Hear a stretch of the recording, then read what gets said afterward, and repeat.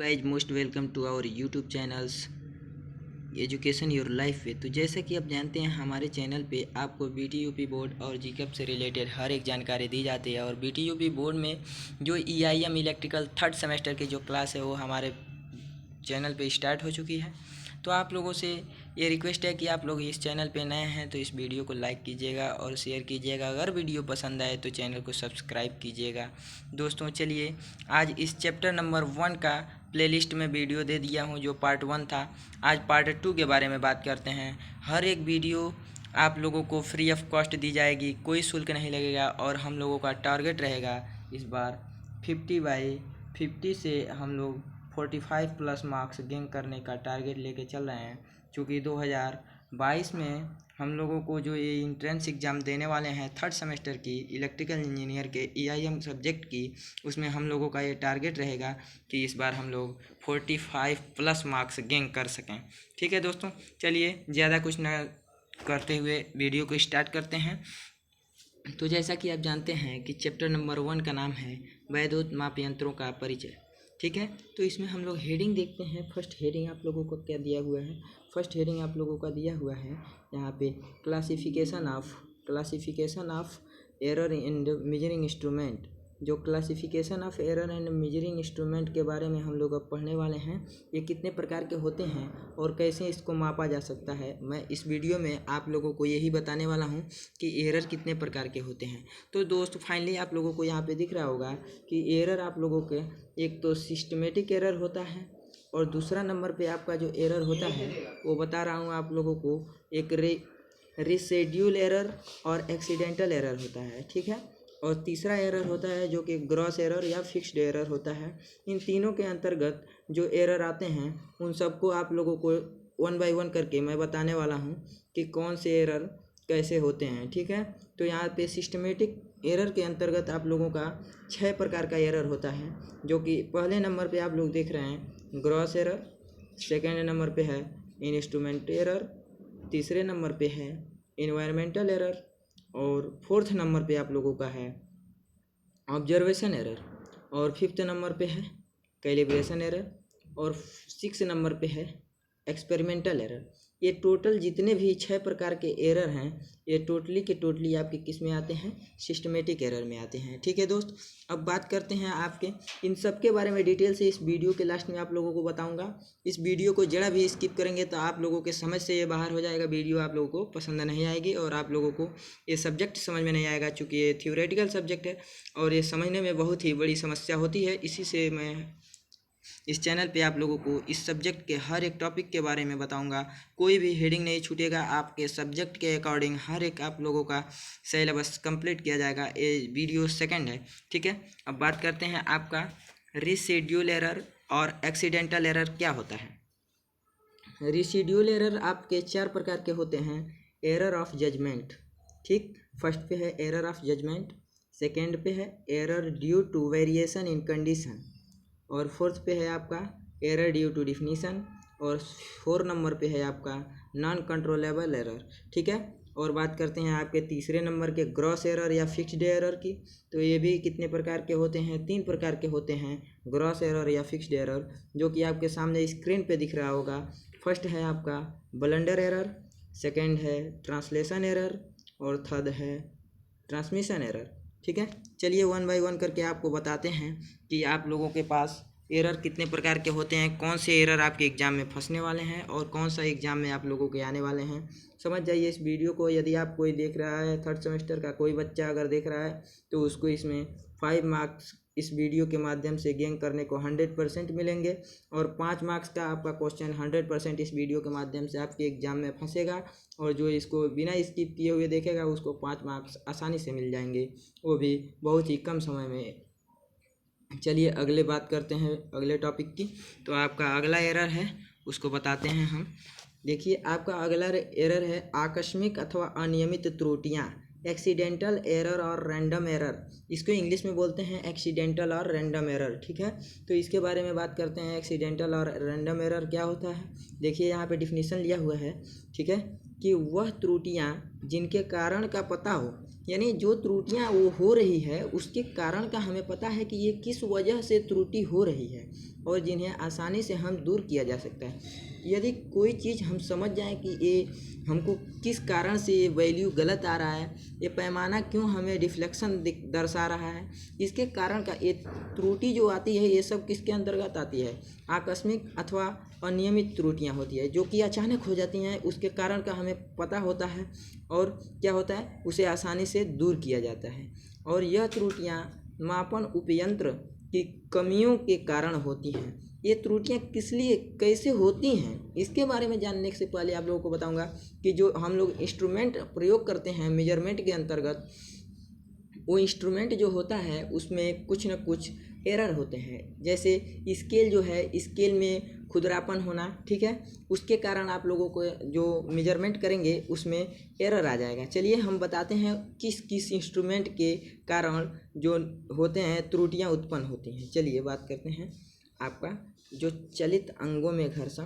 देखिए चलित अंगों में घर्षण जो हम लोग उसमें उपयोग करते हैं, जो उसमें यंत्र उपयोग कर रहे हैं उसमें यदि घर्षण है, फ्रिक्शन है, तो आप लोगों का क्या होगा, ये त्रुटियां उत्पन्न हो जाएंगे, ठीक है। और चालों में पिछट, सेकंड है चालों में पिछट, जो कि चाल में आगे पीछे जो पैमाना चलता रहता है वो आगे पीछे नहीं रहना चाहिए, फिक्स रहना चाहिए। सीमित पैमाना, पैमाना का एक फिक्स्ड वैल्यू होना चाहिए कि यहाँ तक ये वैल्यू मेजर्ड कर सकता है, उससे कम न माप कर सकता है और उससे अधिक नहीं माप कर सकता है, ठीक है। इसके बारे में बताता है। अवस्था परिवर्तन, one state to another state, जब कोई भी पैमाना करते हैं, जैसे हम सेंटीमीटर से मीटर में मेजर करते हैं तो उसमें कुछ न कुछ पॉइंट में 0.001 में एरर आ जाता है, ठीक है।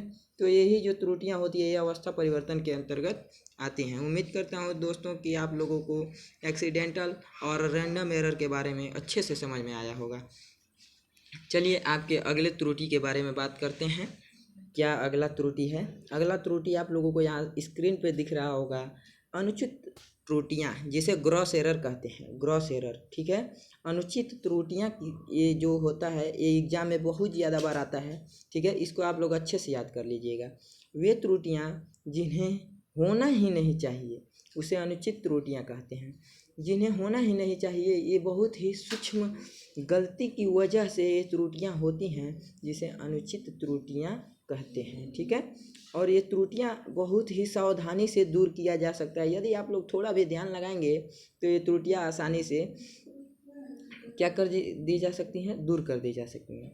जैसे उदाहरण के लिए आप लोग को अच्छे से समझ में आएगा उदाहरण पे। जैसे मान लीजिए कि कोई वैल्यू है, उसको आप लोग मेजर करते हैं और उसको पाउंड लिखना है, वो वैल्यू पाउंड में आ रहा है, आप उसको क्या किए, किलोग्राम लिख दिए पाउंड के स्थान पे। तो ये गलती नहीं होनी चाहिए, ये होनी चाहिए, ये कभी नहीं होनी चाहिए। तो ये गलती की वजह से आप लोगों का क्या होगा, ये अनुचित त्रुटि हो जाएगी। मीटर के स्थान पे सेंटीमीटर लिख दिए।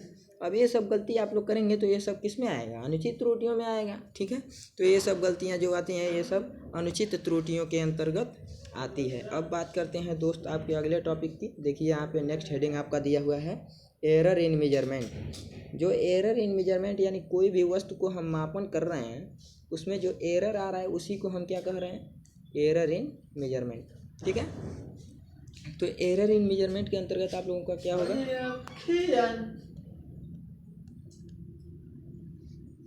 एरर इन मेजरमेंट के अंतर्गत आप लोगों का क्या होगा।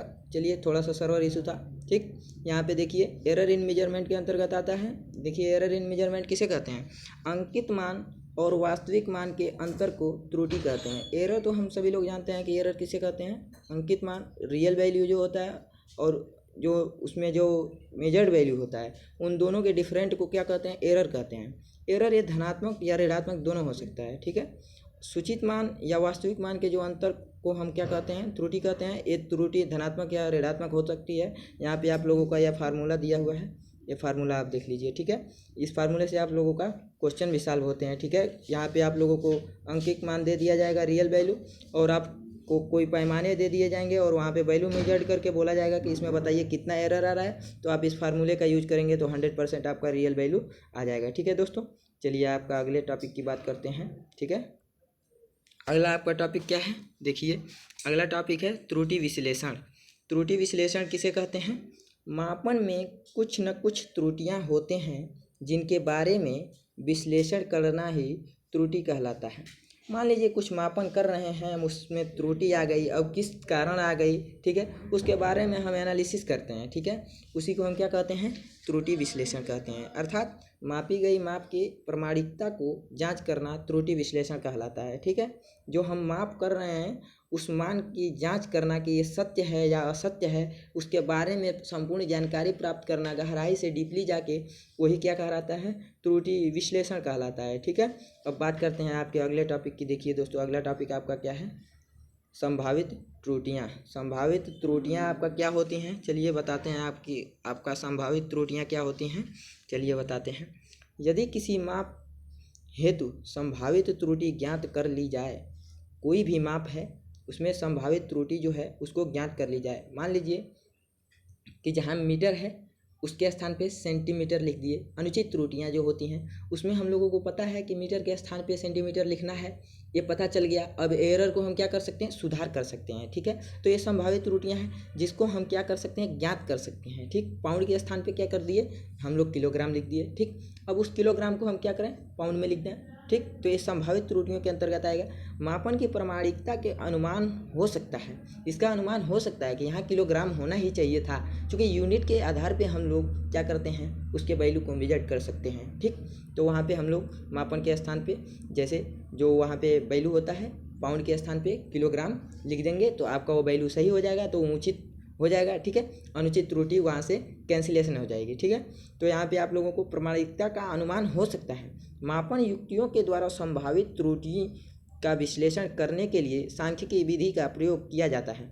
इसमें जो सांख्यिकी विधि का प्रयोग किया जाता है वो मापन विश्लेषण के अंतर्गत वो प्रोबेबिलिटी ऑफ एरर यानी कि संभावित त्रुटियाँ कहलाती हैं। इसका मेन फार्मूला आप लोगों को यहाँ पे सामने दिख रहा होगा दोस्तों, कि x bar equal to summation of x upon n, जो कि x नंबर ऑफ क्या है, नंबर ऑफ टर्म्स हैं, और n जो होता है वो कितनी संख्याएं उसमें यूज की गई हैं। जैसे x जो है, x ये क्या है, 1 2 3, ये सब क्या है, नंबर हैं, डॉट डॉट n है, ठीक, ये नंबर हैं। अब इसमें कितने पदों की संख्या है, इस पदों की संख्या को हम किससे प्रदर्शित करते हैं, जैसे इसमें 1 2 3 और 4, ये डॉट डॉट n है, इसमें n पद हैं, ठीक है। तो इन सब का 1 2 3 4 डॉट डॉट n का, इन सब का सम समेसन ऑफ x कहलाएगा, और इसमें जितने भी पद आए हैं ये सब पदों की संख्या को हम किससे प्रदर्शित करेंगे, n से, ठीक है। तो ये सब हमारा क्या आएगा, ये संभावित त्रुटियों के अंतर्गत आएगा, और इसी फार्मूले पे आपका सवाल आता है,